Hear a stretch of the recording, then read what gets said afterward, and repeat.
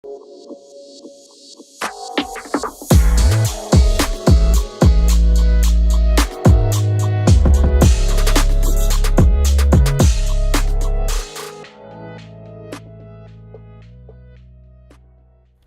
back to the Soulace Films interview series.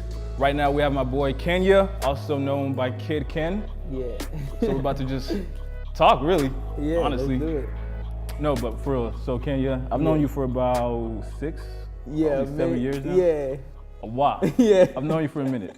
And I just want to know, what exactly do you do? Because you do almost everything. But what are the key things that you focus on the most? I'll say currently, probably just photography, visual directing and styling. Yeah. But the initial thing was music as first, like rap. I still have a passion for it. I'm just in college, so that's fucking with my headspace. Like I can't get the creative shit out because I'm doing all of this math and logical nonsense. But yeah, I'll say those things. Oh yeah, and then working with clothing as well. Like I got some homies that just some talented counterparts, and I was like, okay, just being a curator, I like put them in a room and be like, okay, let's start making garments and stuff. So I'm taking part in that too, and doing the marketing for that as well. So yeah, I think what a lot of people struggle with right now is, how do you get a good form of efficiency, which is the consistency and quality. Yeah. Some people can push out a lot of work, but the quality lacks. Yeah. Some people push out really good quality, but they're not consistent enough. Right. So the efficiency, I think that's the key part, and I think that's something you've known to do really well, to stay relevant enough, but still push out quality, work. So I was wondering, how do you work up to that? Because that's something that I personally struggle with, pushing out consistently. Yeah. Well, I think when it comes to just staying consistent and just quality and all of that, I don't know. I'm trying to think. I know. Okay, I guess I can say I'm just being transparent as real as possible. No, for real. But I mean, when I first started doing it, it was more about I just wanted a strong foundation base, and I feel like I take that approach to anything that I do, as far as like with my photography and whatnot. I was like, okay, instead of like spending $300 and getting a starter lens and a starter, cam and body, okay, let me just, save a stack and get like already a good body, which was my D750. And then I was like, okay, let me save another stack and get an 85mm lens, and then I just bought my recent lens here. So I went with that, like the hop off the porch mentality. Like, fuck it, just hop off the porch. Like, why would I want to get something that I'm gonna outgrow and just get some shit that I can grow into?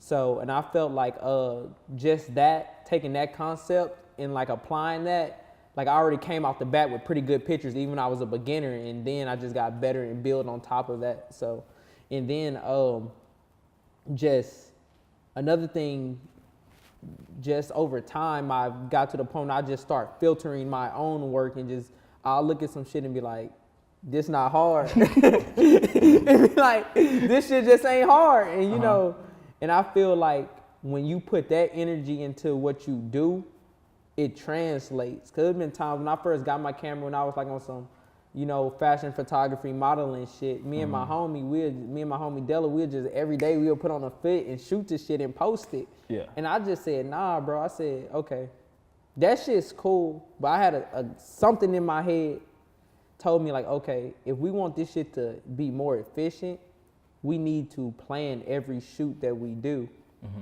And we just don't need to just be putting on clothes and just shooting and posting it. Like, that's cool. That's more lifestyle. But if we want to be taken serious, we need to sit down, be like, okay, this aesthetic we going for, plan everything, and then do that. And it's crazy. The first shoot, when we actually sat down, got a concept with, it like did like 11,000 notes on Tumblr.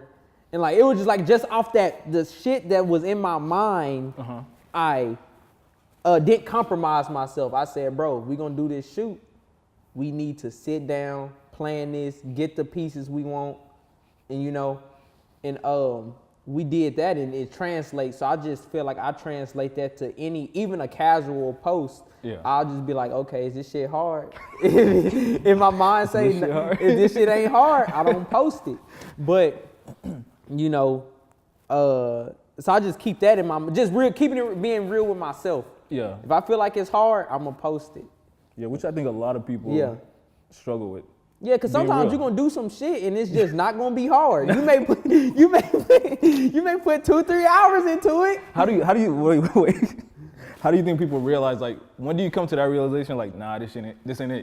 Like, is it after you post one, you don't get the response you're looking for, or you just know off top? Well, I used to gauge it off likes, but sometimes you have to get to the point where you gotta be like, fuck the likes. Yeah. Like literally fuck the likes. Cause some of my hardest shit it's not as much likes as like some shit I just, you know, that's hard. But like it's certain shit I be looking at like, this is hard. You know? And so it's really not off the likes. So I look at that as an opportunity. I feel like I'm putting my following onto new shit. Yeah. It's like I got to the point I got so confident in my artistry and what I'm doing. If I post it and if it hit 200 likes instead of 400, I'm not looking at it like, damn, I did it.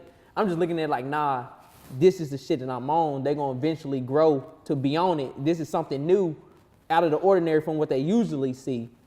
You know, so I don't really gauge it off likes no more. I feel like when you start gauging it off likes, that's where you fall into the social media effect. Yep. Just like a lot of likes, good. No likes, bad. And it's not, you know, because it's so much shit that they get a lot of likes and it's fucking trash. You know, fuck, it is what it is. You know, and it be so much shit that's hard, that's slept on. Yeah. You know, so, damn, I kind of went on a tangent.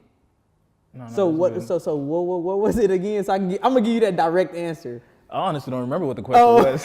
I'm just going on with the conversation. Yeah, but like I just like I don't gauge it off likes anymore. But when I feel like something that is not it, I mean I don't know, cause it's to the point now. I feel like me not taking my time with it. If I feel like I did some shit, just rushed it, I feel like I just know and be like, yeah, I didn't.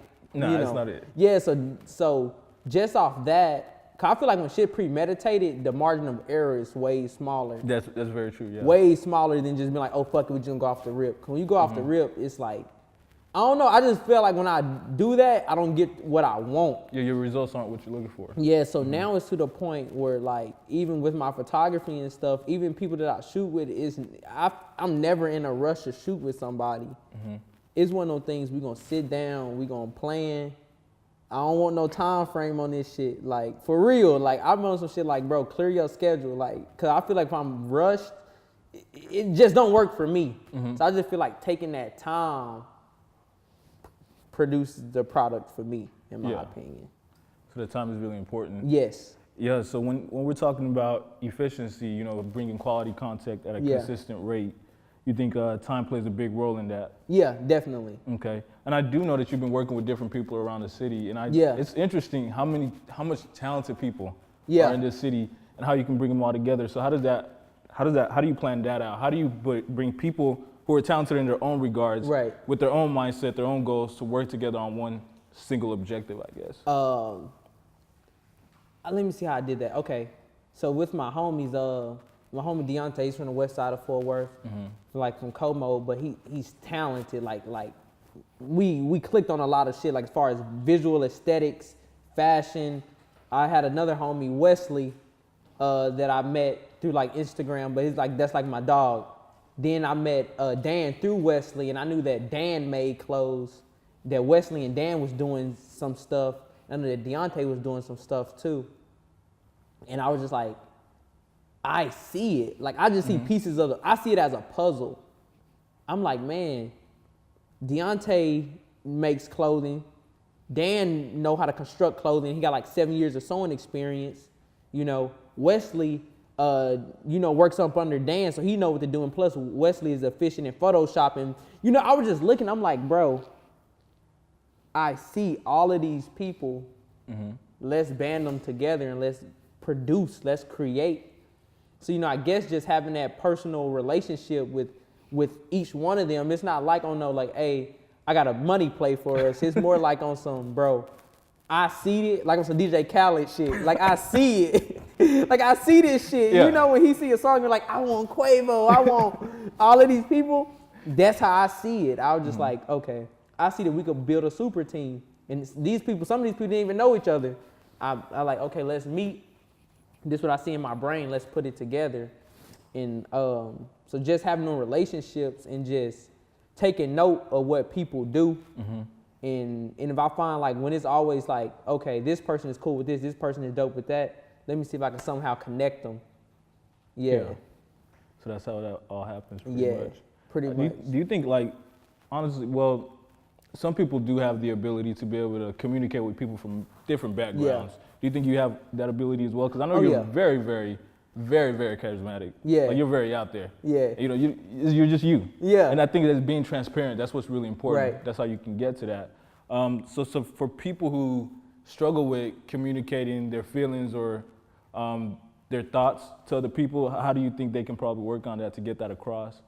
Because my bad. Because I feel like there's a lot of people with good ideas. They just don't know where to start. They don't know who to start it with. So how do you begin to bring that process of putting your work out there, I guess, is a real question.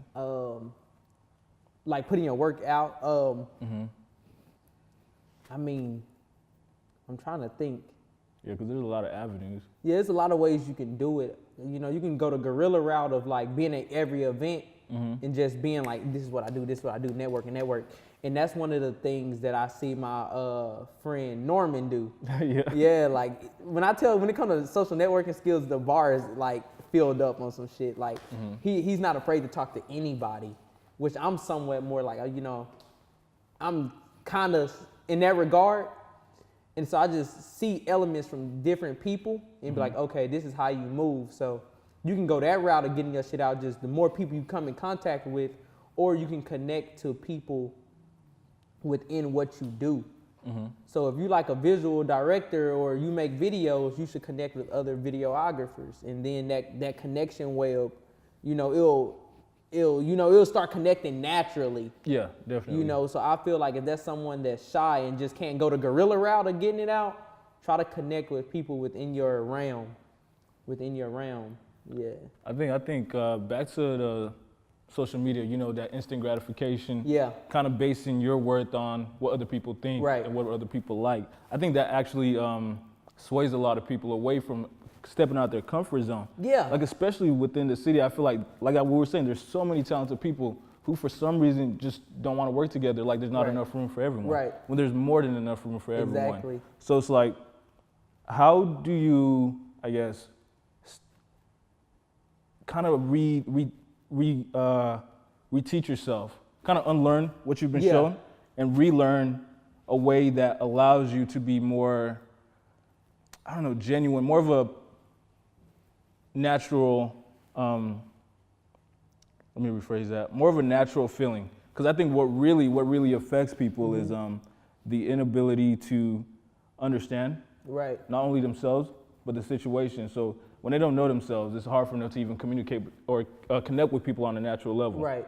So I think being able to connect with people on a natural level is the first step to be able to put yourself out there and then build these relationships.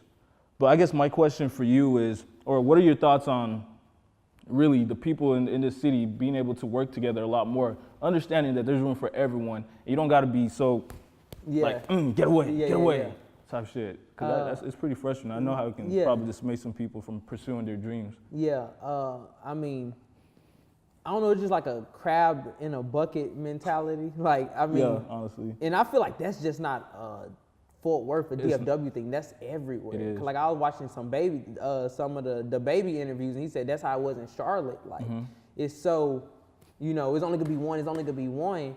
In reality, people just gotta like look like I peep game and apply it. You know, just like on some Atlanta shit. Atlanta is the mecca because everybody helps each other. Ghana been on Young Thug shit. You feel me? Back before no one knew Ghana, it was just like, he hard. We gonna put him on type shit. And I feel like so many people in Fort Worth or just the DFW in general, I'm not gonna make it a Fort Worth thing. It's more like, oh no, I'm gonna get to the top. And fuck everybody else because they shitted on me. In reality, to be one of those things, okay, let me get to the top. Let me put my mans on. And before you know, we have our own pool of, we're on now as a city, not like fuck from an artist perspective, like this one artist made it. Yeah. If people could remember to get on and bring the next man up, the whole city would be on. Look at Chicago. Like when that wave when it was the Chief Keef shit. Yeah. All of that shit, and then that trickled into like the Chance the Rappers, the Vic Mensa's. Like Chief Keef started that for everybody. Put in just before long, Chicago had that new resurgence. Now Chicago is his own area where it's gonna produce artists. The spotlight, the beam is on the city now. Mm-hmm. So I feel like if somebody make it up out of Dallas, and why they got that heat, that DFW, and once they had a heat and they bring the next man on, before long, people like, oh shit, A&Rs, they're gonna be coming to the DFW for talent. Mm-hmm. But it's one of those things like that, if whoever that gets that opportunity, because you know, you can work hard, but it's certain people are chosen on some shit, you know? And I feel like the people that's chosen, they should have that obligation to be like, okay, let's build longevity as a city. If my homie rapping or if little dude over here rapping, I fuck with him, he's hard, let me put on my stuff. He gets some exposure, just a trickle effect until everybody is on. Like the QC thing. Mm-hmm. Like with Atlanta, like with QC. They put each other on. Yeah, kind of like what Issa Rae was talking about, network laterally rather than vertically or whatever, yeah. Exactly, lateral networking rather than like, because everybody's like, I want to work with such and such. Yeah. I'm not like, fuck such and such, but I'm like, where my homies at right here? Uh-huh. Type shit, and just watch us build up together rather than, you know, like work, like, I don't know, I just feel like trying to work with that next person don't really do much for you. I mean, it can, but it's going, you know, it's rather like, I'd rather work with somebody on this level and we go up together. Yeah. You know, like ASAP Mob. Like, I just peeped the game. Like, look at Odd Future, ASAP Mob, these posse crews, when they were just like, okay, we not, like even Brockhampton on some shit. Like on some new, like a new example of this shit to show that it actually still exists. They was like on some like, we just gonna work hard, lateral. Mm-hmm. It's 10, 11 motherfuckers in Brockhampton that's not even from the same city or state. They met through a Kanye West forum and got together, you know, went to Cali, all worked the job, you know, and worked and produced music. And I feel like when minds can all align and see that that bigger picture, that's where that shit happens. Mm-hmm. Rather than one person just be like, I gotta make it. Yeah. You know, because once you burn out, you gone. Yeah. You gone. That's another thing, burning out. Yeah. I think a lot of people hit creative stumps and times where they don't feel like they can really create what they really want to. How do you get over those situations, or how do you even bring what you're seeing in your mind into fruition, I guess? How do you make it reality? Oh, that's a very hard process. Yeah. Sometimes it's just on some shit. Take a step back, reevaluate, and go get that shit. Nah, like as simple as put, because it was times when I wanted wider images. Because it's to the point now, I want the aesthetics that I see, I want to paint it wide frame, man. Cause it was one part, I felt like I was like on some Birds in the Trap, Singing Me Nice, like how Travis said he felt blocked, like creatively blocked. That's how I felt on my end, cause I had this 85 millimeter, which is good. It creates super good portraits, but I can't capture a whole fucking room. So, and it was frustrating when I'm seeing shit in my mind. It kind of puts you like in a forlorn, especially as a creative, when you go through that time when you're like, bro, I need this shit. And you know, so it's one of those things I was like, bet, let me step back from social media, stack my money, buy this new lens I want, and get back to it. So it was a process. It wasn't one of those things like, I just didn't wake up with like $1,000. You know, I had to stack that shit. Yeah. And when I got my new wider lens, it was like, it's go time. That whole time though, I was planning concepts as if I already had the wide lens. So, so when it's time, in my mind, I already got 4 or 5 ready to go. Mm-hmm. You know, so sometimes, you know, if it's something that you want, it's okay to take a step back. Cause I'd rather take a step back and give y'all what I want y'all to see than be like, okay, I just need to stay consistent, so I'm gonna just give y'all some shit that's not even what I'm seeing in my brain. Yeah, and I think a lot of people they just see the results, they don't see the process that it takes to get to the results. Yeah. And that allows, or that makes other people who are working in the in the same industry or in the same creative realm think that, oh, because I'm not doing this, like they're doing this. That comparison mindset that will kill fuck you up. It'll kill you. It'll do it to you. Yeah, it'll fuck you up. It's like, nah, seriously. And that's the shit with social media. Like, you can't look at, like one thing that I did, I don't follow damn near every celebrity that I follow, that I used to follow. Don't get me wrong, it's some exceptions to the rules. Of course, I'm gonna follow for real. It's certain people you're gonna follow. Yeah. But following like all of these celebrities, I think it's bad for the mental. Cause you see, they doing this, they doing that, not knowing that's 20 years plus of work. You know, so you looking at them like, why the fuck I ain't on here? But that's not how I be thinking, cause I know how to, but you know that I'm thinking the perspective of an average person, like, you know, it will start seeping into your mental, and at this point, you're not even appreciating what you got. You may have 1,000 followers that fuck with you hard. Yeah. But the next man got 100,000, and you looking at like, well, I ain't got 100,000. While you not looking at, okay, let me take this 1,000 and hone it and build on it, you know. So I feel like, yeah, we're back to the comparison shit. Like, social media plays a part in the comparison shit subconsciously. Yeah, it really and I does. feel like if you can decode the matrix and know what you view, what type of effects it have on you, you could kind of shut it off. Yeah, and I want you to explain what you mean by decode the matrix, because some people may not really understand that. Decode the matrix. I feel like it's certain shit that, like, I don't know. Either you're gonna be blessed. I feel like I'm blessed to see life from a certain lens. Like decoding the matrix, like social media, for example. Social media is meant to.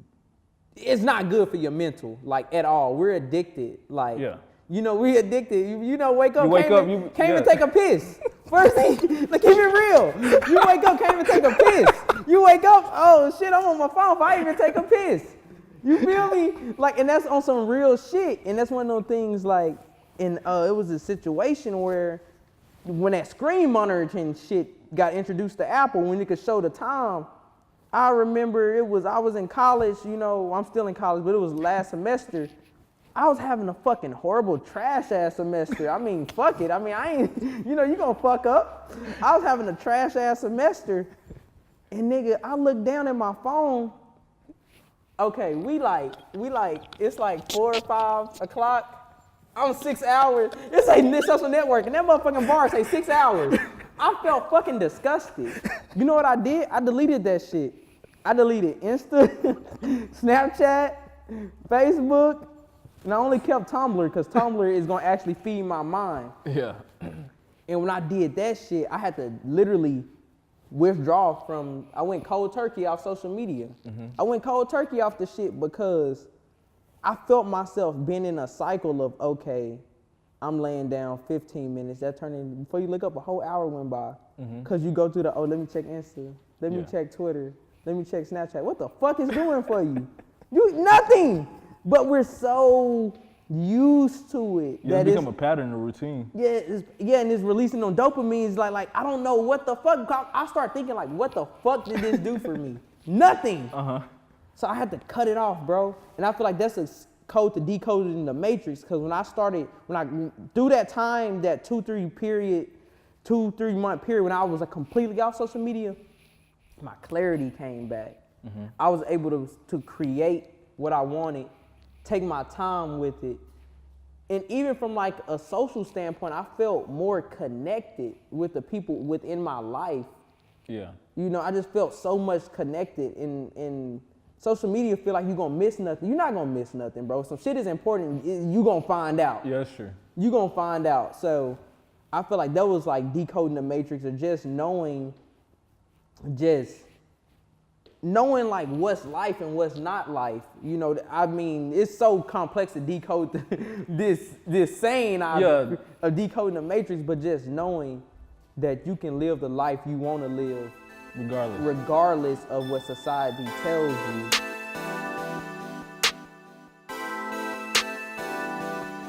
Can't do no wrong. Ring the alarm. I'm on fire. You know, when they say a plane crash, put your shit on first. Yeah. That's what being selfish is. Keep that up. Remember that. If you being selfish and putting this shit on, I think I'm dead. I'm dead. But if you put your own shit on first, I'm serious. I'm dead fucking serious. I'm dead fucking serious. You put your own shit on first, then you're in a position to help somebody else. Heard what I said. My niggas still juke. Anything for bread. They'll go fed before they turn fed. I don't know her name. I just know her head. I don't know the whip.